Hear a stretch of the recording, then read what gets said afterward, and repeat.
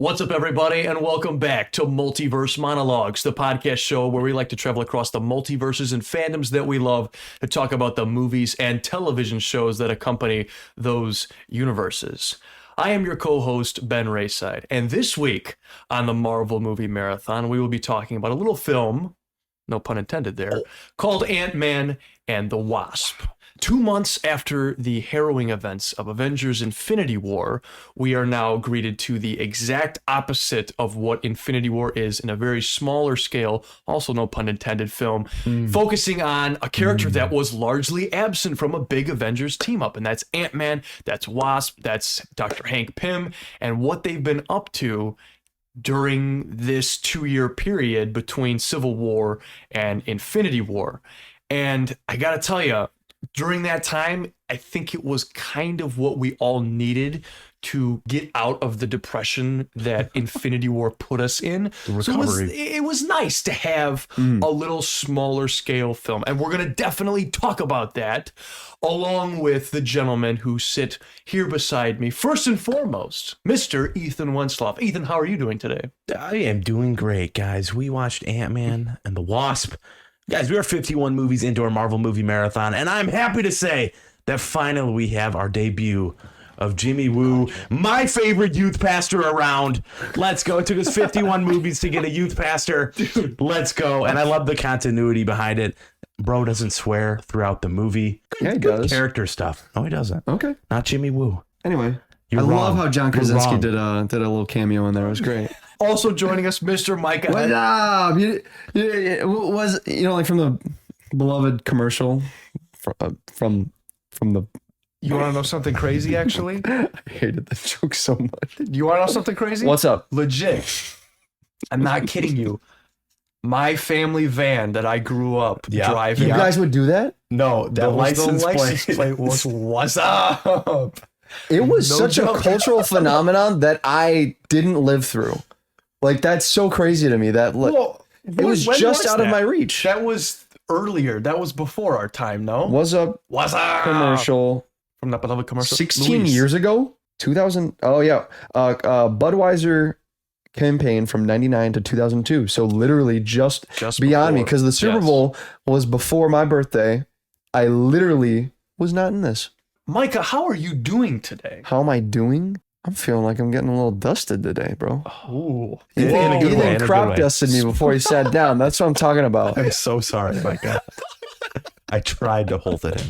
It just happened, okay? Whoa. Sorry, I'm just we're And fresh now off. I feel like I'm stuck in the quantum realm, all I just right? want to welcome all our new fans watching for the first time because me and Mike are kind of famous on the That's true. on the You guys didn't interweb. catch last week's episode. It was a news segment. Check that out. If you watch the Marvels, if you watch Loki, if you want just like a general rundown of all the new stuff that was announced since the actor strike was completed, I guess. Check that one out. It was a good episode. If you want a good, entertaining time, go over to our Instagram page and go to our Captain Marvel short. And don't even listen to what me and Mike have to say. Just read the comments. Very fun time. Very fun party going on in there. It's a good. I mean, I would call that comment section respectful, and just Would you? It was a good time. I like reading them. between the creators giving their opinion on the internet about what they thought of the film, and just really engaging with those who were online. So You know what? No. it was How good dare stuff. you be indicative of what I am supposed to think? We're not here to talk about It's kind of blue in Captain parts. or the Marvels, I should say. We're here to talk about Ant-Man and the Wasp. Yes. And that's what we're going to do. So, gentlemen, let's open our sling rings and head over to the Marvel Cinematic Universe.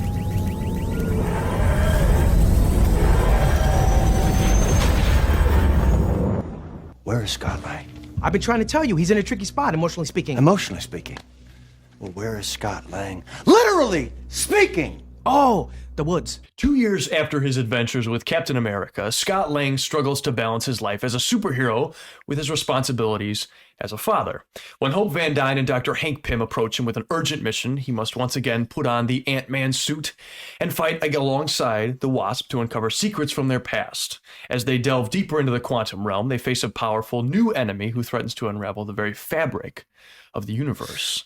That Here's your plot synopsis for Ant-Man and the Wasp. Thank you, Bard. Sequel. Thank you, Bard. Second movie in the Ant-Man franchise. It still baffles me that Ant-Man got a trilogy before many other characters in the MCU, but he has been a linchpin of the Marvel Cinematic Universe. And this movie really cements his plot forward and his place in the MCU for sure. So let's talk about Ant-Man and the Wasp. Let's talk about this, guys. It's summer 2018. You're fresh off Endgame. Ethan, what's your relationship with this movie? Yeah, like you said, fresh off Endgame, you had to go see this. You had to see what was next for the Marvel Cinematic Universe. And I remember going there, having a super fun time with Ant-Man and the Wasp. And I still, to this day, have a pretty good time when I watch this movie. I really like a lot of elements. We're going to dive into it. But this is kind of the start of what we see, especially with Marvel today. Infinity War was our big team up movie that cemented like what the MCU can be when it's the best of the best. And then you have this story where it's very much not an Infinity War level threat. It's just Ant-Man and the Wasp doing Ant-Man and the Wasp shenanigans.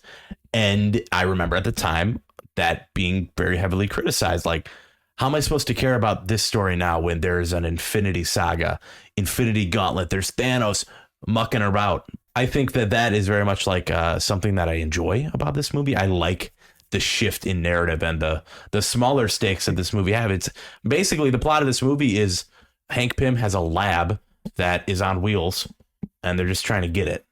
Like, it's so simple at its core. And yeah, you have Janet Van Dyne being rescued in the middle of there and some family dynamic. But it's really just a playground for Ant-Man and these characters to just have fun. And they really do explore like a lot of the Pym particle and the shrinking tech a lot more in this movie. Like, I love the cars that shrink. And I think this movie does a good job at the lore. I like the characters. I think are fun. The stakes, I think, are right where they need to be. And I think it's quick. It's tight. It's just it's a harmless movie. And I had a good time with it. Michael, what do you think, though, of Ant-Man and the Wasp? Let me tell you a story. It's 2018. I didn't watch this movie. Story. Good story. I like that. I didn't watch this movie in 2018. I watched it when it went on Netflix before Endgame came out. So that's just the perspective. I was at Lake Ann camp, summer camp, during that week. And then looking through my Google Photos, I got a nice picture of me and Ethan from that next week. Check that out. Oh, look at these youngsters. Whoa, holy catfish. Look at these guys. You got to blow that up. Send that to Ethan, all right? This is us, July 15th. So that's that very next week. But that's about all I got. I like just jumping into where I was at the time. And at the time, I was not very into Marvel. I wasn't into every single movie. But when I did watch this movie for the first time, I remember it being pretty forgettable. I remember the only thing I remember was the post-credit scene, because it just like hit you like a truck. You're like, what a nice, fun movie. Can't wait for the post-credit scene. And then bam, you remember of the sadness that was Infinity War and how like you're put back in the reality that Infinity War left you in. And that was cool. Fast forward to now, a lot of it still stands. I kind of like this movie. I don't think it does anything like super spectacular, but it does what it needs to do. It's a pretty harmless movie. I feel like there's a genre that there was definitely a target they were going for with these in between Infinity War and Endgame movies, where they're like, okay, are these our heavy hitters, or can we just throw these out and people will watch them because they're waiting for anything in between Infinity War and Endgame? Like, they're looking for any sort of answer. And for what it needs to do, does a pretty good job. You know, it introduces us to Ant-Man if you didn't watch the first one. So you'll be all set for Endgame by the time you get there. And I mean, that's at least what it did for me. Wait, did I watch this? I think I watched this after Endgame. I totally watched this after Endgame. I forget. Micah's timeline is timeline is I'm time jumping, like time slipping right now. Like Loki season 2. It's just all over the place. It was either close to Endgame, before or after. I forgot exactly where. I think I had the post credits spoiled for me, and that's why I didn't watch it. And I was like, oh, okay, so he's just gonna be in Endgame. Cool. Sounds like we got an unreliable narrator right here. Yeah, sorry guys. I'm like the Joker right now. Sorry to remind you guys of this someone movie, who's always a reliable narrator, Ben. To me, this movie is the Sucks. epitome of middle of the road. Oh yeah. I just, it does not do anything egregiously bad, but it really just hammers home, especially, and this is from a guy who watched this in 2023, removed from the in-between of Infinity War and Endgame. This is just, in my opinion, another Marvel movie. And it almost does nothing spectacularly. I'm glad they don't put anything like this out anymore.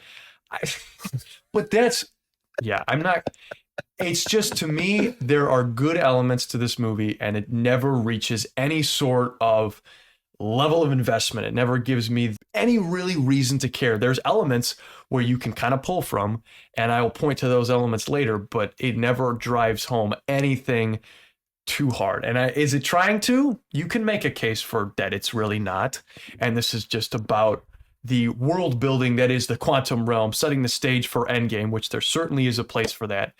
But in 2023, man, after 5 years removed, more than that, I think it just is very middle of the road. And the biggest compliment I can give this movie is the humor, though. I think the jokes are really, really, really good. Again, coming over from the first Ant-Man film, Paul Rudd was born to be in these more comedic films, and that's where these MCU movies shine. That's why I also really like Quantumania. I know that there's the more and more time, as time goes on, the more and more hate I see for that movie, but I am not going to budge. I still stand by my first reaction to that movie. I really like Quantumania, and a lot of it's due to Paul Rudd, and he carries this movie as well.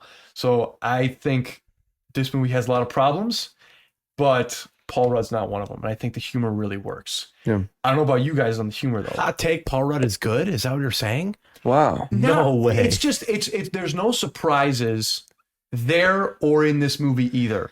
But humor always works if it's done well, and I think it's done really, really well in this movie. Like, for example, at the very end, and he's talking to Jimmy Woo, and I'll be there.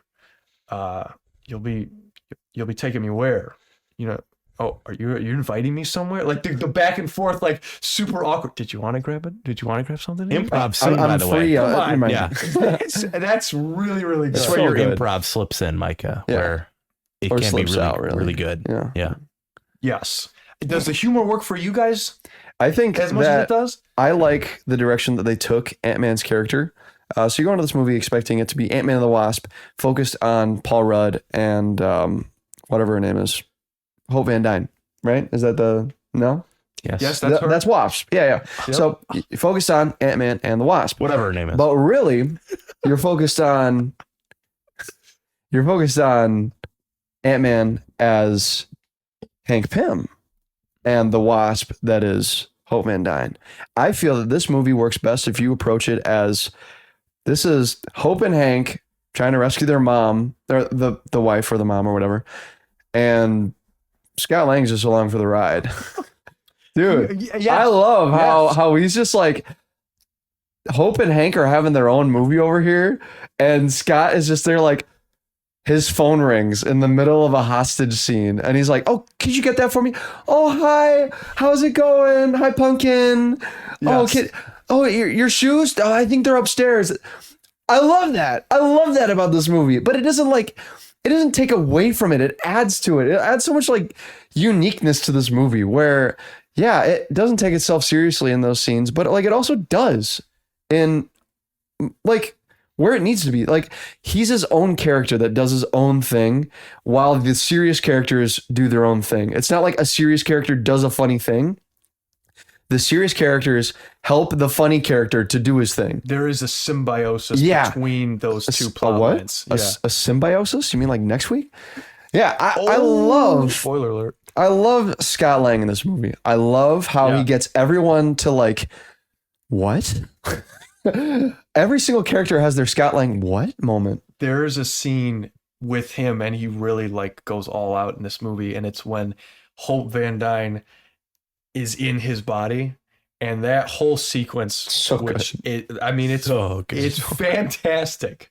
I couldn't believe how much I was laughing, but then also Peanut. kind of Peanut. being in awe of what was happening there because of the serious of what moment it was. Oh man, she's been gone for 30 years.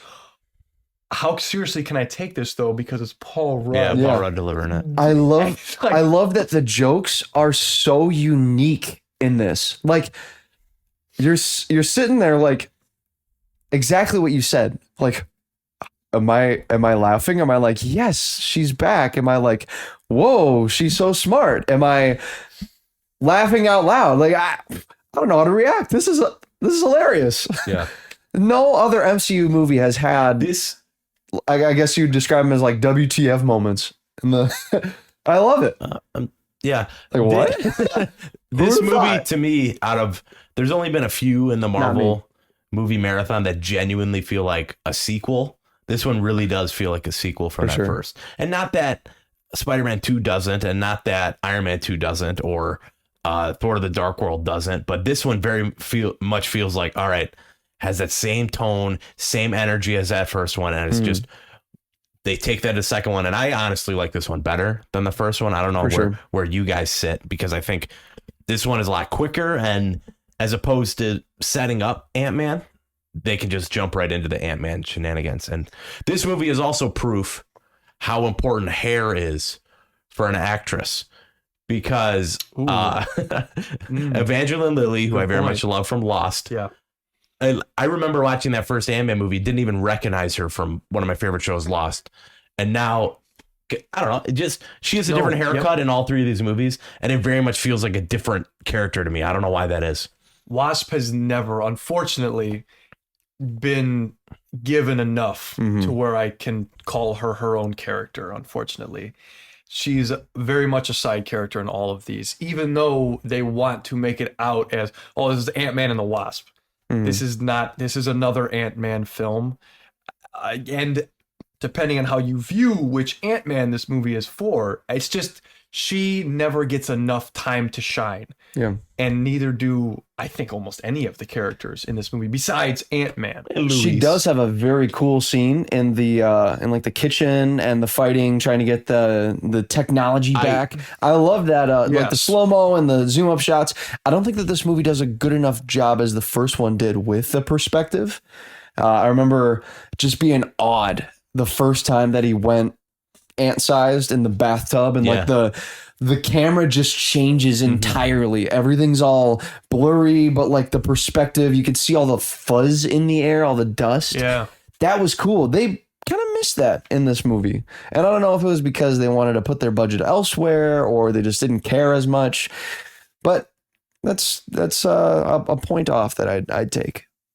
But other than that, like, I love the way that the direction that they take the fighting in this. The uniqueness that was the first They Ant-Man. use the giantness in this one as well as the smallness. Minuscule, and even the like mini. They look out for the little guy. Kid size. They do some. It's fun if you watch the BTS. They do some Hobbit-esque trickery, like that shot where Hope hands him the backpack. There's a small cut in there where Evangeline Lilly's holding a regular size backpack, and then Paul Rudd has like a backpack that's 4 times his size. So it's really cool. I like seeing stuff like that. And then the staircase shot is a composite, but I like the way they do all that. Practical suits, right? The helmets looked practical to me for sure. Yeah. It's still before the whole practical or the all CGI suits. I mean, we got the nanotech suit in Infinity War, which we didn't really talk about, but not really my favorite Iron Man suit. I'm really glad that they have practical costumes still. If these are practical, I don't know. It looked convincing. It looked good. Yeah, they look good enough. Lots of detail. Peyton Reed, I will say this, as much, you can say what you want about the Ant-Man films, but I think Peyton Reed, I like that he has been able to have his fingerprints all over each one of the Ant-Man films. It makes it seem more cohesive. Same thing with Spider-Man. John Watts. Yeah. The best trilogies, James Gunn, they feel so cohesive because they have the same person behind the camera in each one of the films. And I mean, you can obviously say what you want. Spider-Man and Guardians, I would say, are better trilogies, but the uniqueness that is each one of these Ant-Man films is a lot due in part to Peyton Reed, and I think he shines. No Edgar Wright though. Really wish. Be cool to see the multiverse where we get an Edgar Wright Ant-Man. What would it have been? What would it have been? That would have been interesting. I don't know. That's a good question. Edgar Wright wanted to do things. I think, from what I remember, he wanted to do more his own thing, and Peyton Reed was the company man who was able to work alongside Marvel. Because I mean, let's be honest, how much of this movie is a setup for the future? Whether it be Endgame, whether it be Quantumania. I feel like not as much as some of the other movies. I Really? feel like a lot of it is pretty self-contained or jumping off the first one. You really don't think about, I mean, at least for me, I didn't think about the other movies until the post-credit scene and with the dusting, But how the blip. what I'm saying is, how necessary is the narrative of this film in general? Ghost and Lawrence Fishburne are almost nothing to me. Oh yeah, that's true. Why do Villains they, have always been a problem in Marvel. I mean, even up to now, the forgettable villains has always plagued Marvel, or misuse of popular names, like we've seen as early as Iron Man. Like I they will just say- kill him off. Ghost, though, I believe she was rumored to be in Thunderbolts, no? She is in Thunderbolts. She is in Yes. Thunderbolts. Okay. Okay. So that's where that's I loved her eventually character in this. Eventually go. I Really? liked her powers. I liked her conflict where she she just wanted to be cured and was irrational about it. She was like, I need to power my thing. I don't care if she can fix. There's no time. I'm going to die. I've been in pain my whole life, and now this is my chance, and this is the quickest chance, and I just want it to be done. Like, Yeah, from a marketing standpoint, going into the film, it was, oh, Ghost is the villain. But really, when you watch this movie, there isn't one definitive villain. It's, I don't know, who are the goons, the squad of goons. I meant to chasing look them? up the guy's name. I forgot. Yes. But I like that angle because they're just some dudes. Yes. They're not really important to the end of the movie. They just kind of push the plot along. And I kind of like the way that, because Marvel's often called Sonny formulaic, Birch. but they kind of avoid that with this because there isn't a defined villain. Yeah, Ghost and Lawrence Fishburne could be in that role, but really they're not. It's kind of just things are happening for a Antman. misunderstanding, Yeah. almost. yeah, The Sonny Birch character, though, the goons, I stopped myself and I was like, ooh, I really like the feel of this. You don't get this often in Marvel films, especially in the MCU. This is a smaller scale. This is street level. Ant-Man can still be a street level hero in ways. And this is just a guy who is Quantum in level charge of hero. a mob boss. If you like, I almost would have, I would love to see Are you saying you want a friendly neighborhood Ant-Man? Ant-Man, Spider-Man interacting with Daredevil. I like, Moon Knight. I Get just, them all in here. you can have, Hawkeye. especially in the MCU, anywhere, you can have a very convincing, very compelling story that is street level without the stakes of the end of the world. And I liked that it almost kind of went in that I direction. miss those. I miss the whole world isn't going to explode if they don't win today. Movies. Yeah. Like whatever happened to those ones? I mean, sure, some wars could have been started. Sure, Sokovia blew up, but the whole world wasn't at stake, right? And there is a nice thing to have huge stakes, but then you get movies like this. And The that's- hugest stake was you didn't have enough orange slices. There you go. But I'm like, when it comes to the villains, though, I really don't like the character. I'm going to push back, Micah. I really do not like the character of Ghost. I like her uniqueness. I like the style of. I love the visuals of her That's on cool. screen. Yes. And that really did a lot of heavy lifting for me. But the dialogue, whatever. But I just like the idea of this character and how she's portrayed. Yeah, but her whole issue with there's no time. It's the same thing with the same problem I have in Amazing Spider-Man 2 with Harry Osborn. There's no time. I need this now. Well, hold on. Both times in this movie and in Amazing Spider-Man 2, you state previously that you have weeks. You do have time. There is enough time. And then you fall into that, I need this now to advance the narrative and drive the plot. But in reality, this just need to be. There just needs to be more explanation here and more conversation between the characters. There is none of that because there's this, I guess, historical feud that these two characters have had in the past. All you need to do is sit there and say, Janet Van Dyne can help you, Ghost. And then that's it.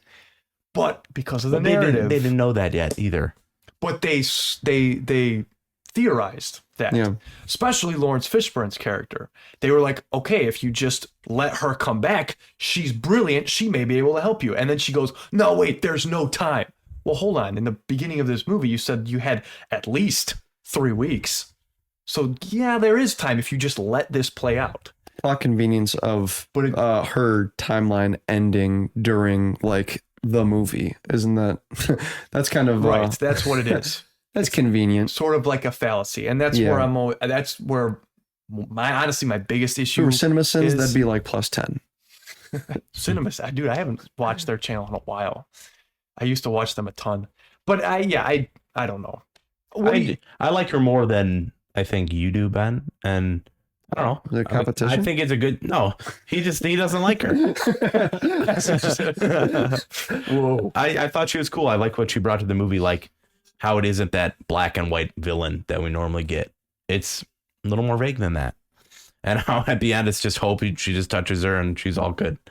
So okay, cool. Yeah, I don't think she has any powers like that in Quantumania.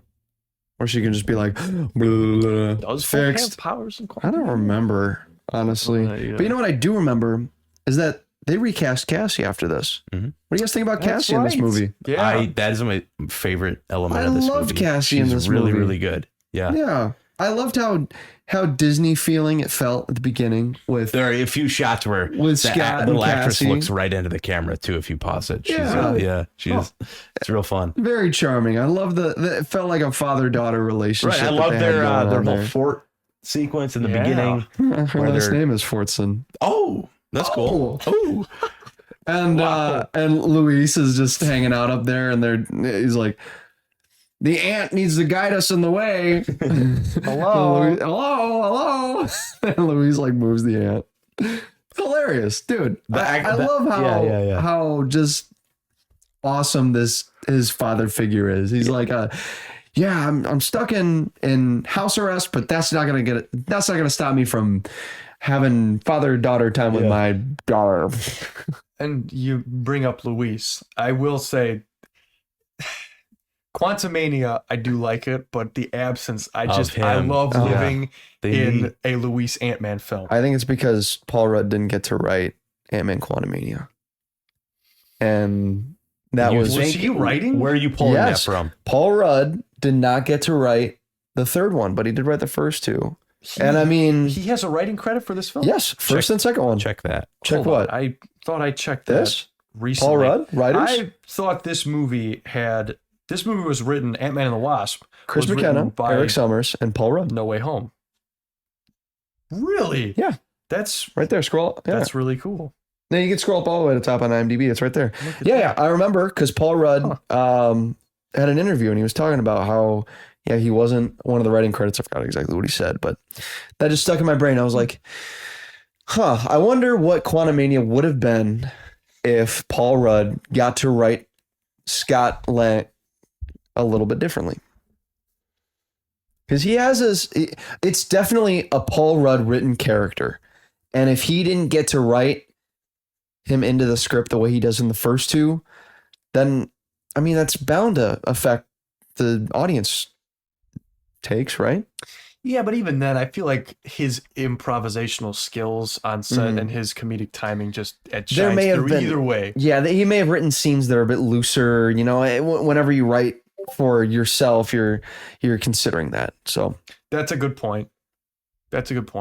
And yeah, I would say the comedy in this one, in my opinion, is better than the first. yeah, for sure. I would say. They really lean into what worked in the first one, throw it onto the second one. They don't. I don't feel like they go back to as many jokes as they did in the first one. Like the Baskin Robbins bit, they do, I think, 3 times in the first movie. And there's probably a couple other examples. This is the first one that comes to mind. There's no like multiple examples of the same joke in this movie for me. They do "Was Up" twice. That was funny. A bit that I am glad that they carried over is Luis doing another monologue. Oh, yeah. Here, and And they they amplify it. On the truth serum this time. Yes. Yeah. It's not truth serum. really, really good. The ex-con stuff is super fun too. Yes. I like it's fun the way they have those like with the little cake with the cherry on it. It's like Yeah. that symbolizes like the destruction of our business. And then at the end, they have the same cakes, but it's a blueberry flavored instead. So it's like symbolic of the company. The company's I like the whole change. idea of the company existing at all because it shows character development off screen. Like we don't have to see everything, and it gives us enough where we're like, okay, yeah, I can totally see that. I don't need all the details. It's still it's a comedy. I don't care. It's awesome. I get to see this. And like it's like an excuse to bring these characters back that we love from the first one in a way that doesn't make them. I mean, they're ex-cons. Jimmy Woo is a great character addition Yes. here. He's a great get, and I love that he's popping up across the MCU. Still waiting on his eventual return. Loved him as Jim Halpert, and I love him here. He's got to be coming, right? Yeah. In something else. I mean, He's was been in this. He's been in WandaVision. He has shown up in one other project, correct? Was it She-Hulk? I don't remember I that think show. it was She-Hulk. It was in She-Hulk. It was very brief. I don't. I No, right. believe. It's only I been believe like he these was. cameo appearances. I What's his only name again? remember him in. Randall Park. Randall Park, yeah. He was in WandaVision. He was in It was She-Hulk. Ant-Man the Wasp. No She-Hulk. No. So it's only been those two. Just those Yeah. two. Yeah. Yeah, He's gotta I don't see return, anything man. else. Are they Oh, gonna make... he was in Paw Patrol. Maybe that's what you're thinking of. Mm, You got to confuse She-Hulk and Paw Yeah, Patrol. that's what I'm Similar saying. shows. Very similar, probably. Yeah. A lot of CGI. Lego the Ninjago movie. He was there. Yeah, Who did he play in Lego I think it's a Ninjago? cameo. Real Chen the quick. cheerleader. Oh, I haven't seen Lego, whatever it's called. Oh. I was hoping he'd be like. I like Jay. his character a ton, and Yeah. he's got that perfect comedic timing with He's Paul Rudd. credited My- as Asian Jim Halpert in The Office. That's who he's playing. My favorite Jimmy Woo scene is him at the end when he pulls up to Antman, and it's just the suit, like it's a good like switcheroony, a magic trick, he says. But from the context of him, like we know it's a trick, and that's not actually Paul Rudd in the suit, but he doesn't know that. Paul Rudd is literally the biggest dude he's ever seen in his life. Jimmy Woo steps out of the car, he goes, "It's over, Scott. We got you. You can't do nothing." But he's massive. Yeah, And I from mean- the context of Jimmy Woo is this is the biggest dude he's ever seen. He's like, oh yeah, we got you now. sucker. Like I love how just stomp on him. I love how he's the real world exposition for in such a great way when he's explaining the Sokovia Accords. He gives you this whole spiel, but you don't have to understand it. All you have to do is be like, oh, okay, yeah, stuff went down. Ant-Man's in trouble. That's why he's on house arrest. Mm-hmm. And it's great. I don't know if this is a continuity error or not, but by the time this movie wraps up, he's out of house arrest. And then you see, I don't know how long it took them to throw a little quantum van together, but however long that post-credit scene is, whatever the case is, in Infinity War, the reasoning for him not being in that movie, the context of the movie, Black Widow says that he's in house arrest. So then either he just still has been pretending he's in house arrest, or they threw that van together in literally like a day. But no way, good no point. way he didn't look at the news and go, When was Age of Ultron? Yeah, right. When was Age of Ultron? Was that like 3 years ago. okay? Yeah, that works with. I'm looking at Jimmy Woo's quote right here. It says followed by 3 years of probation, 2 years under house arrest, 3 years of probation. So he had 2 years. But I think the Since 3 years of probation are after. Yeah, yeah. So like he would have entered probation after that. But he served 5 years actually in the quantum realm. So even more of his Boom sentence. roasted. There you go. Even though it was only 5 hours to him.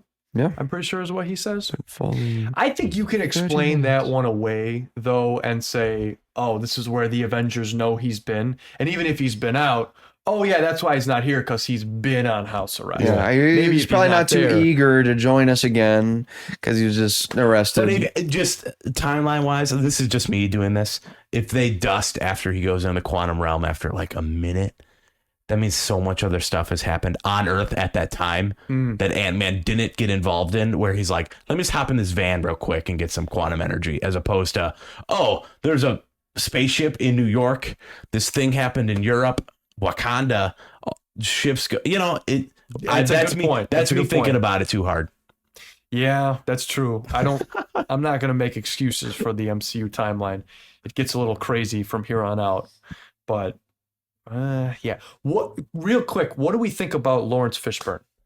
Though, I mean, this big He's actor in this movie. You know? I like the implied relationship between him and Hank Pym. I like the little banters they have where it's like, yeah, well, back in when we were working together, you were stupid. Oh yeah, well, you were dumb. I don't know, whatever they were saying. It does kind of feel. I mean, you joke, you jest, but jest. it does kind of feel like that almost. Yeah. But I kind of like it for this movie. If it were any other movie, I don't know if I'd give it a I kind of pass. like the world building part of his Yeah. character, because we see Steve and Tony go back to OG Ant-Man's lab, and you get the name drop Goliath in this movie. I think originally in the comics, Ant-Man could shrink, Goliath could go big, and now Ant-Man does both. You could fact check me on that. I'm not sure, but Goliath was a version that could just shrink up or not blow up, whatever. I think I remember Avengers comics, OG ones, when Ant-Man's huge. I think. I really liked when Scott and I don't know what his character is, Lawrence Fishburne, they were talking about Billy, right? Billy what? Oh, sure. It's a B name, I'm pretty sure. Yeah, well, I liked when they were talking about Bill. their experiences with the suit and how he had some trial runs growing to, monstrous sizes. And then he was like, yeah, 30 feet. 30 feet. Walk. They had to do they had to do it. Very It was there It was very Deadpool-esque of this movie to do that. on the nose. It's Bill Foster. It was the only movie you can really. Yeah. I was partners with Hank on a project called Goliath. So that was a reference to that was his character, Goliath. You can look him up, yeah. Cool. Yeah, and it's just kind of Oh, 21 feet. That was a record. 65 for Scott. Wowie. That's pretty big. You guys are finished comparing sizes. Great scene. Michelle Pfeiffer is in this movie Crazy. with an expertly done de-aging sequence Dude, at the beginning. I watched this with Rebecca, and we were watching the beginning, and I was like, "Do you notice anything about these two parents at the beginning scene? Do you notice, like, does anything look off to you? Did it anything?" She's like, "No, they look like people." And I was like, "Look closely. What do you see?" She's like, "Nothing." And I was looking closely too. This de-aging is spectacular, dude. Yeah. This is awesome. I don't think it. I mean, they did it with Guardians 2 with Kurt Russell, and that was solid too. I mean, they did it with X-Men: The Last Stand flawlessly. That was outstanding. outstanding. No, but Michelle Pfeiffer, Catwoman. I love that. This is just wherever my brain goes. Right when Hank gets to the quantum realm, she takes off her mask. It's just Michelle Pfeiffer with so much makeup on. Oh man, yeah. I'm like, well, they got makeup in the quantum realm. That was my first thought too. And I think in Sorry, I wasn't thinking about makeup. in the context of Quantumania, maybe they have makeup. Maybe there. she can like True. to her makeup. I just thought that was possible. funny. Like, okay, maybe Michelle Pfeiffer's like, yeah, I'll be in your stupid Well, Marvel she just- movie, but I need to look fabulous. She just looks flawless in this, and she's got like this rugged outfit on. right. I'm like, Yeah. all right, hold on. which is cool. Also, in that scene, if you look behind, you do see a city off in the distance. Yes. Which I think is cool setup for Quantumania. I remember because this is when I started watching New Rock Stars. Ooh, shout out and to Eric Boss. Yes, I remember seeing that thumbnail on a couple of his videos of just the red dot in that exact frame that you're talking about, the city in the background. Could this be Chronopolis? Could this be Kings? And man, I was all gung ho at this time. I mean, that was when you watched the film, and even if it wasn't the best, you had all this lore and all of these Easter eggs to pour through, and it would It's carry just you. fun. Not that there isn't that now. Oh, it's like, I think it peaked around like WandaVision and Loki season 1. Man, every single episode, I was going on YouTube and watching like all this garbage, man. It was like the same 4 facts about, it was like the same 4 facts just every episode. Like, we're going to see Mephisto When are we next getting week. Mephisto? Yeah, that's true. Those were good days, though, man. Good days. The winter of 2021, man. WandaVision was something else. That was good stuff. Gentlemen, is there anything else we want to say about Ant-Man and the Wasp before we get to favorite character? Good. I like Cassie Element really sells this movie for me. I love that. Is Cassie your favorite character? I don't know. Are Well, we doing favorite character right now? You have time to think about it, though, because I'm going to shift this to I'll go. Michael. No, I got it. Go ahead. Not Cassie. It's Jimmy Woo. Come on. Come on. I gotta give a youth pastor some love as a fellow youth worker. Just gotta do it. Shout out Jimmy Woo. I like the dynamic he brings to this movie. He's just, every scene he's in, he's just fun. And even the little character arc you get with him later in the MCU, where in WandaVision, he's got the trick down. He's got the magic trick down. I love just little details like that. He's in his office, watching the Carbonaro effect or whatever. That's what that guy is. I don't know, Jimmy Carbonaro or Carbonaro, the magician. He's the guy that Paul Rudd is watching and Jimmy Woo watches in the movie. But I like his just intrigue with magic and the rapport he has with Scott. He's just a fun character to me, and I like the addition he is to this world. Yes, he's an excellent addition. Mr. Het? I am going to pick Scott because I just love the connections he has with every single character in this movie, and how he's just like such a pal with everybody, and how like no one can get mad at him because he's just so wholesome through the whole thing. I love how whenever he says peanut, my heart just melts a little bit. Oh, He's a very Peanut. incontroversial character. He says peanut. Yes. what? He's a very incontroversial character. Yeah, He's I mean, it's loved Paul by Rudd. everyone except for Hank and Hope through some of this movie. And I feel like Paul Rudd is such a underutilized actor. I haven't seen many movies with him like recently, even though he's still active. Like, why isn't he? I would love to see Paul he's Rudd. Ant-Man, I mean, he's Micah. like 50, but was he what was he first big on? He was 2021's sexiest man alive. 100%, which is covered on this podcast actually.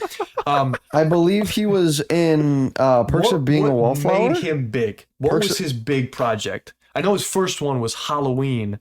I believe it was. Wait, like the first one? No, it was one of the sequels, one of the horrible. Well, Halloween Resurrection, I believe, was the Halloween movie. First thing I remember him in, he's in Friends. I know he's big in Perks of Being a Wallflower. That was 2012.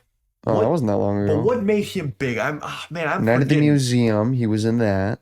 Yeah, he was a Night at the Museum. I gotta give those a watch again. Maybe that should be our movie tonight. Let me see. For those of you who don't Halloween: know. The Curse of Michael Myers from '95. Curse. It was He Curse. was of Michael also in Myers, Romeo yeah. and Juliet as Paris. No way! Like the Leo DiCaprio one. Whoa. Yeah, Oh, that's the one by cool. Baz Luhrmann. Whoa. Either way, great pick, Micah. This guy, Thank he's you. fantastic. Thank you. He is Yeah, fantastic. good job, Mike. Thank you. Good job. I will take my bow. Picking the main guy. He was in Anchorman as well. My favorite character is Logan. Nah. Different L character. All right, if I can't pick Logan, then can I pick Wolverine? Is it too late for that, or Yeah. I'll pick Sorry. Beast. He was good in the Oh wait, Spoilers. We didn't say anything. Spoilers. Go ahead, Ben. Luis is for sure my favorite character. He is for sure my favorite character. Doesn't matter. Guys, come on. Any movie that Luis is in, Michael Pena, he is Do fantastic. you have a in this favorite movie. Luis bit? 100%. Or is that gonna be It's the favorite truth- scene? it's the anytime it truth goes. serum. And then even at the end, when he disposes all of the goons, and the one guy realizes it is truth serum. Holy cow! As he's being truthful, My I love it. my favorite scene with him is it's so funny to me. He's sitting in the van with Hope, and he goes, I I'd kind of like a suit myself, maybe a minimal power kind of suit, or maybe it doesn't even need powers at all. Just a cool looking suit. Yes. They assembled an all-star cast for these Ant-Man movies. Oh man. In the broader context of the MCU, do they mean as much? No, Not really. But are they good films in and of themselves? That's up for you to decide. It's also up for us to decide here. What if he was blipped and he never came back? He's still never confirmed. That's just... Was he confirmed to be unblipped? Did he die have we before seen him Infinity post War? blip? That's what he's asking. Have we seen him post blip? What if he never made it? Dude, I'm worried don't know about if I'm an Luis. idiot here. Probably am. Oh, you're talking about Luis. I'm thinking Scott. I'm like, No, bro, he was in Louis, Endgame. yeah, Dude, he had a whole great movie. Great point, actually. Holy crap. Guys, Are you? stir up the Infinity War theories again. We have not had Luis confirmed to be alive post blip. Pull that up right now. Is Luis Did Luis alive split? post blip? Blip Avengers. I don't know. It is unknown what happened to Lewis, Dave, and Kurt after Thanos' snap at the end of Infinity. Luis's van did survive intact. Okay. That's all he's important for. And that was as of February 22, 2023. So that was before Quantumania. You're telling me that they never confirmed in that MCU timeline book that Luis ever survived? I don't know. I don't have the book. Why didn't he make a cameo in Quantumania? That's like a whole point off that movie. None of the ex-cons made it that we know of. Screw that What if movie. they died in the fight against Thanos? What if they were there for the final battle? We just They never. were on If they Titan. were bringing Howard the Duck, dude. All right. I just think ex-cons. about how more epic Endgame would have been if Luis just came out of a portal Distracted Thanos. in a suit, paying off this moment. Oh my gosh. Didn't have any powers though. It's Kinda just like like when, him in a suit. When Hope in Endgame calls Cap, pays off from this movie. You didn't catch that in the theater, I guess, watching Endgame the first time. I didn't. I She- probably still wouldn't have caught it. She says she calls Cap in Endgame, and you're, as a Marvel fan, you're like, oh, that yeah. Dude, that's so good. Thank you. I know it's unmatched. He's got the Leo whistle down. Mhm. Speaking of good stuff, favorite scene. Just done that Oh. whistle so much. Favorite scene, boys. Yeah, my favorite scene. I really do like the scene where Scott's talking to Cassie, and Cassie's talking about herself, but Scott is talking about Hope. And there's just some kind of Ooh. miscommunication there, but Cassie's like, no, I want to be your partner, Dad. And I just like I like the genuineness in that child actress's voice, and the kind of the thing I really like most about this movie is the father-daughter connection that they really set up super well and take into the next one. Yeah, Dude, I like that scene a lot. Honestly, didn't really think much about that scene, but now that you're bringing it back up, that's a really, really good scene. Great pick. Micah? I'm gonna pick one specifically for the visuals when they're shrinking down to quantum realm in the ship. When Hank is in the ship and he's shrinking down, I loved how that looked. Just absolutely mind-blowing visuals. It's crazy. I would have loved to see that in theaters. Was this an IMAX one? Yes, this was. Yeah, just How did that one sound, make him folks? deaf. No, that was good stuff. And even in the quantum realm, Yes, just what they're able to with like pull the off. sea bears. That was cool. Say, though, when he goes, man, Scott, you didn't say it would be so beautiful, and then it pans out to like a floating turd monster. And I'm like, Bear. Yeah, I don't know about that. That turd man. monster kind of reminds me of that picture you showed me of you earlier. Wow. In the podcast. No, look, it's a sea bear. Holy See? crap. It's a sea It bear. is a sea bear. See, they're called sea bears. No, that A tardigrade. I thought you just that was a loving nickname. No, I didn't know they- that it was an actual There's thing. like the sea bear in SpongeBob. It's not that. But it's like, no way, that's a real thing. They made That's tardigrades in amazing. real life. It's like, wait, platypus is a real? Harry? Micah, What? you gave your favorite scene, Yes. which is fantastic. Now I got my favorite scene. Good job, Ben. Way to host. Great transition. What a great scene, man. Thank you. Good stuff. It's been a while since I've had a good favorite scene.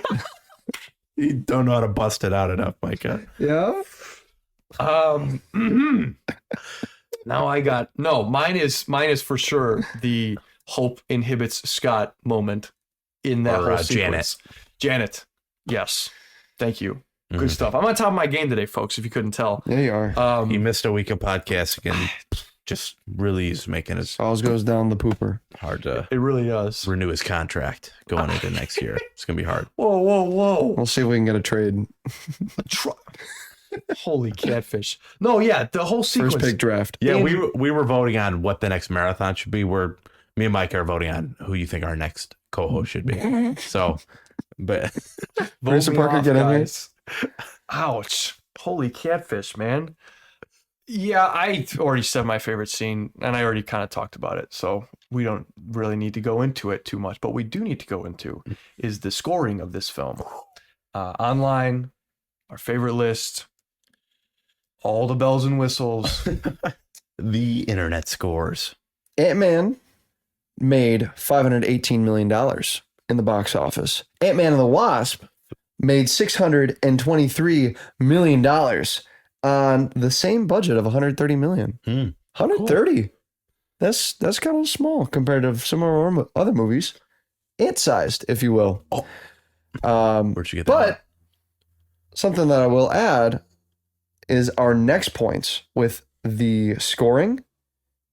Rotten Tomatoes critic 87%, audience 80, Metacritic 70, Metacritic user 7 out of 10, IMDb 7 out of 10, Letterboxd 3.1 out of 5. That puts it at a 7.3 out of 10. Ant-Man is slightly higher at a 7.4 out of 10 with our cumulative online score. Cool. So this made a lot more. Do you guys think it was because it was between two Avengers movies? And it's a sequel. People know who the character is too. It is, yes. Yeah, okay. Yes. I'm glad we're in absolutely. agreement. Absolutely. This was definitely, as Ethan was talking about earlier, this is right between these two huge things, and Marvel is at the height of their success, man. I'm going Yeah. to see anything that they put out. Although I will say I have not seen this movie until this rewatch, because I watched it in Like, the theater since and the then theater, yeah. never watched it again. It's like me Yeah. with the sequels. The sequel. Sequel trilogy. I love how you just say the sequels, and I know exactly. Yeah. Yeah.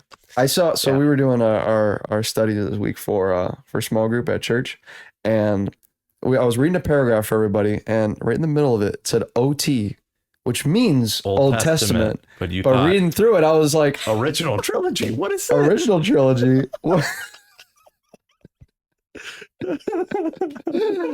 So anyway, Hollywood Reporter. So the online ranking puts it at 32nd place. Ant-Man is 30th place. So to go to our Hollywood Reporter rating, which is the ultimate ranking online, as you all know, is Ant-Man and the Wasp better or worse than the previous movie mentioned, Captain America: Civil War, or the one that it's referenced in this movie? Based on the Hollywood Reporter article. Yes. Better or worse than Civil War? Probably better. Yeah, I'll say that they put it better. Ant-Man is sitting at 11th place. Civil War is sitting at 14th place. Let that sink in.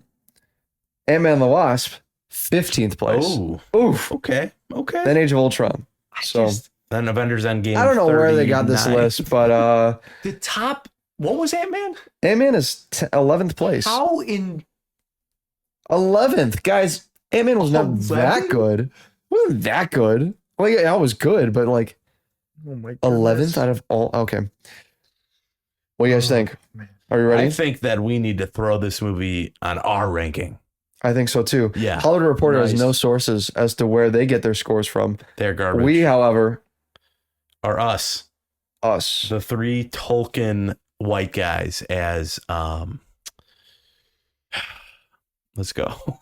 As they said in Black Panther. As they said in Black Panther. There was Yeah. 3 token white guys in that movie. Tolkien. Tolkien. J.R.R. Tolkien. Ethan, why don't you give us your score for Ant-Man and the Wasp? Just real quickly, Micah, could you recant my score for the first Ant-Man? Ethan, yours was 6.5. Ben, yours was, get this, 6.5. Mine was 6.9. Nice. Nice. Yeah, not that nice. Yeah, I think I like this one. Or no, I know I like this one more than the first one. I enjoyed the quickness of it, the way that we can jump right into the characters and the adventure and just the fun. Like, we don't need no family introduction with Scott. We know he's gone through a divorce. We know that he's split custody. We can just jump right into that story. We don't need the power origin. We can jump right into that. Things are just shrinking and going crazy. I love all that. The lore setup for Endgame and just the future of the MCU, I think, is really done well. I wrote some other things down. I like the characters. The plot I thought was good enough. And then I like what did I write here? I don't know what I wrote there, but I enjoyed this movie more than the first one. Seems to be a recurring theme. Better than the first. Sorry, That's what I'm getting at. better than All the right. first. Yes. Ethan, Ant-Man and the Wasp, 10 out of 10. 10. Moving on. 10 out of 10. Let's go. But as We'll watch again. our comments said on Instagram, I know nothing about movies. That's very You're true. dead right. Okay. But I'm going to give this, I like a 7 out of 10. I go 7 out of 10. maybe, you know what? Go 7. Go 7. I like 7 out of 10. Never watch movies again. Right. Ever.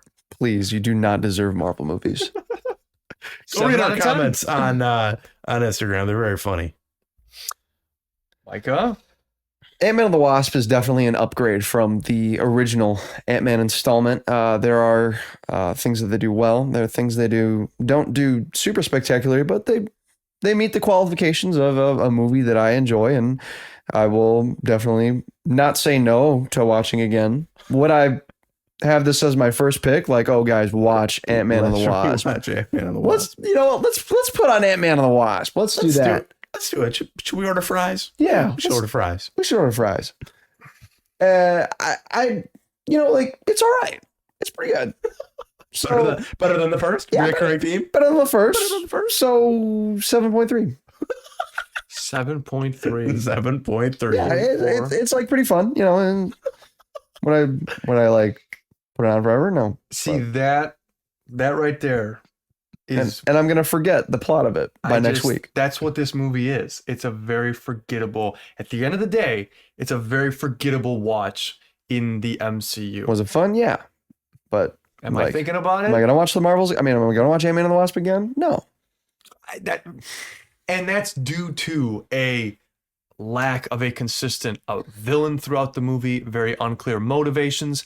I'm sorry, a weak plot. I think the plot of the first is much stronger than this one, and that's something I will give for the first movie. Now, I will say that the humor is better in this movie, and I think the characters are they're given more of a chance to shine, seeing as this isn't an origin story. I think there are pros and cons to both, but honestly, where I fall with both of these movies is they're really on the same caliber.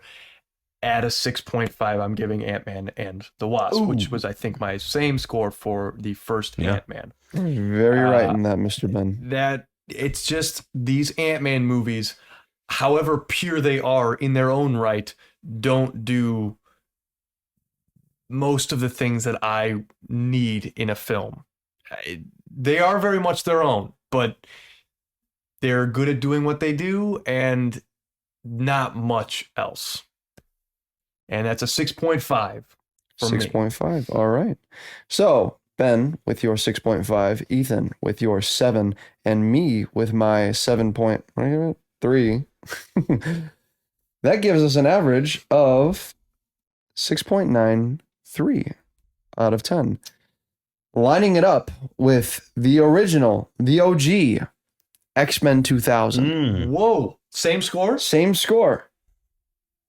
I've got my answer. I gave X-Men 2000 a 7.3. Ben, you gave it a 6.5. Ethan, you gave it a 7.1. So it was 0.1 higher on that Yeah, one. I think we bumped it up from something else. Oh, from Blade. So are you asking which? I think this was our original tie. I think Blade and X-Men were the first tie we had in the podcast. So you're saying right now we have X-Men and Antman and the Wasp tied. Tied up, yep. I know which one I'd bump up. Which one? I'd bump X-Men up. You bump You X-Men can up? take my score down to a 6 if you need. Or you can just do a We're not doing that. 0.1. We're not bumping yours down to a 0.5 less. We're going to do a 7.1 for... Wait, no, a 7.2 for X-Men for Ethan. Okay, man. How's that sound? Rise it up. Back on the street. Wow. Ethan, I Took can't my believe you're time. changing your original score Yeah, from I know. like 2 years ago. I found, was that 2 years ago? When Something did we like that. dock that? So we started in February with Howard the Duck, 2022. And we're almost in February of 2024. So almost 2 years. Epic games, guys. Wow. Games. And we're going to be done by the end of 2023, just in time for the hiatus that Marvel will take on for next year. Nothing coming out. Absolutely nothing. Not even Deadpool 3. Not even Echo. Not even What If Season 2 at the end of the year. Sounds like a lot of people are going to be rewatching Marvel movies and are going to need podcasts to go back and listen to. Check it out, guys. Especially because it sounds like Retrospective kind of stuff. Deadpool 3 is tying in a lot of the older OG Marvel films. Interesting. If like we can get Electro? some retrospectives on anyway, Electro and 29th place. 29th. 29th place. Kicking the Wolverine out of the top 30. Wow. Ooh. Kicking Ghost Rider Spirit of Vengeance out of the top 50. Ghost Rider Spirit of Vengeance is 51st place Hold on. now. The Wolverine is 31. 31, yes. How did we mess that The up? Wolverine is buns, Ben. The Wolverine is not as buns as Ant-Man and the Wasp. Oh, yes, I'll it tell is. you that Yes, much. it Ben, is. let me tell you, you gave it a Absolutely. 7. Which one? Wolverine? The Wolverine. I know, that's what I'm saying. Yeah. Ant-Man and the Wasp is definitely worse. No, than definitely Wolverine. better. You're dead wrong. But here, look at this. What does our ranking say, Ben? Which one's better? Ant-Man Ben? the Wasp is sitting at a 6.93. Blade is sitting at a 6.9. The Wolverine is sitting at a 6.86. Everything is so close, Ben. Everything is so close. I mean, that's true. In the Go- grand go scheme of things, rewatch the Wolverine. this is only 2 places ahead. But I don't know, man. I mean, I'll do a tier list based the on the scores do numbers. reflect that, though. The scores do reflect that. Yes. Yes, sir. And this is the ultimate This Marvel is the ranking. ultimate Marvel So I ranking can't- list. You can't argue with I can't argue perfection, with it. Ben. This is perfection. You're, You have you are to correct. just say, all right, is this like the general area where you want this to be? Good point, gentlemen. Michael, what's And our it top is close to your 7. Our top 5 remains Infinity War, number 1. Check that podcast out. Great Captain America, the podcast. Winter Soldier. Check that one out too. Number 2. Logan, number 3. Captain America, Civil War, number 4. The Avengers, number 5. I feel like Civil War is our hottest take up there. In It is, for sure. first I will say this. What is next week, Micah? I think it is a. Venom. If we're talking about Ant-Man, we're talking about forgettable films. Venom is the definition of forgettable, Which right is here. why I want Micah to say our bottom 5 films. Hold on. I do is our remember bottom one 5 thing right from Venom, and that is a very sweaty protagonist. Oh, holy cow. Maybe that should be our shirtless podcast, boys. 51st place. We'll crank the heat up in here. Ghost Rider, Spirit of Peak. Shout out to With a count 'em 1 point out of 10. shout out to Connor O'Brien. He told me yesterday that he listened to our Ghost Rider Spirit of Vengeance podcast this past week and he enjoyed it. So That's good. I Shout out think to that him. was one of our that was our fastest one, right? the 45 shortest minutes. podcast on the marathon, I think. Yeah. We whipped through that thing. We did. Just like the credits in the Marvels, they're booking it. Pay attention to the credits, Ben. I will. Like the text is flying, I'm going to try and watch it. but at it some still point this feels weekend. long. Yeah. Like the credits, insane. 50th place, Fan 4 Stick from 2015 at a 1.83. Fantastic, man. 49th place, jumping all the way up to a high 2.6. It's that Electra. Where's Electra? Electro, 49th place. There you go. 48th place is Peak Fiction, Howard the Duck. Michael, hold on. What did you give Howard the Duck? 6.5. I And still it enjoyed is- it. I think I enjoyed it like how I enjoyed Ghost Rider. I can see that. I see that. I enjoyed that movie. I see how you see that. Yes. I see. Yes. That's what I'm saying. I see how I see how the movie is Micah. supposed to be, and it does what it needs. It does what it wants to do. Yes. Whatever take I say. That's a direct quote. The movie You really is should not good, but go if that's, check out that if that's what it podcast. was going for, If that's what it was going for, then go for it, man. Executed quote from Micah. Come on. And fifth from the bottom is a disgrace to what I have just witnessed this past week. I watched season 1 of Daredevil this week. Fifth place. Fifth from the bottom is Whoa. Ben Affleck, Daredevil, Right where it at a 4.43. deserves I don't know to if be. I said this on the podcast, but I began watching this with Rebecca, and she visually looked ill, like watching Ben Affleck's Daredevil. the seesaw scene. I just love that you were at a point where you and Rebecca wanted to watch a movie, and you having already seen Ben Affleck's She was like, Daredevil. oh, Jennifer Garner's in this? I want to watch this. We put it on. Valentine's Day. There We you started go. watching it. The beginning was like kind of solid. Like the origin, no, there were like, okay, yeah, this could be. it's kind of solid this- in the no, same way that don't I have touch some my kind laptop. of solid dumps sometimes. It's like, Guys, yeah, this kid. this is in our bottom 5. Yeah. This is 51 movies. I'm trying to I can't even say pick that gold movie without flecks voice out of cracking. a steaming hot pile of turds. That's what it is. That's what it is. Turd devil. And speaking of turds, we Next will be is- talking wait, about next is- Venom next week. We're talking about Ben next We week. will be talking. Oh, come on. Talk about Venom. A turd in the wind? Come on. Listen, I know there are fans of Venom out there, but You think that's a contender for bottom 5? Guys, one thing I do want to add is maybe. out of all of our 51 movies that we've watched, only I have to count 11 have considered rotten scores from us. Sub 6 out of 10. six. Sub 6 out of movies. only 11 out of the 51, which means that the Marvel cinematic, like all the Marvel movies combined, is still over. It's still a fresh score. So it has been worth it watching this. It's been worth watching. It's been worth watching all of these movies because Thank you. we've given Micah, it. You know what? We needed that. We needed that this far This into this. push, especially going into Venom. Oh, peak. Yes, so look forward to Venom, folks. That's the next movie on our Marvel movie marathon. Stay tuned for that. Check out the Loki discussion and the Marvels discussion. I was listening to that on the way here. It's fantastic, done by these two gentlemen. That's and look forward to more podcasts in the future. Yeah. Marvel movie marathon. Let us coming- know what you want to watch. What do you want us to watch next?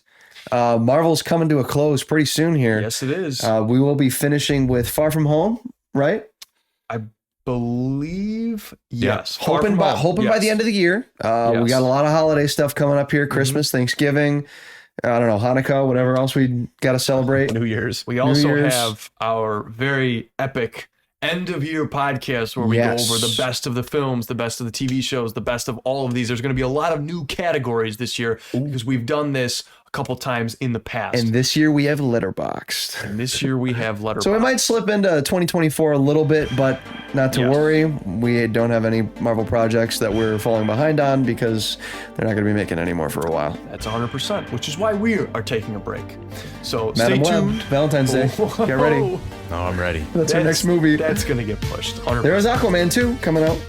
That's a good point. Keep Have an to eye get on the out. pod for that. But anyways, folks, this has been Rayside. This is Ethan Westloff. This is Micah Het and the Wasp. Signing off, we'll hope you have an absolutely fantastic day.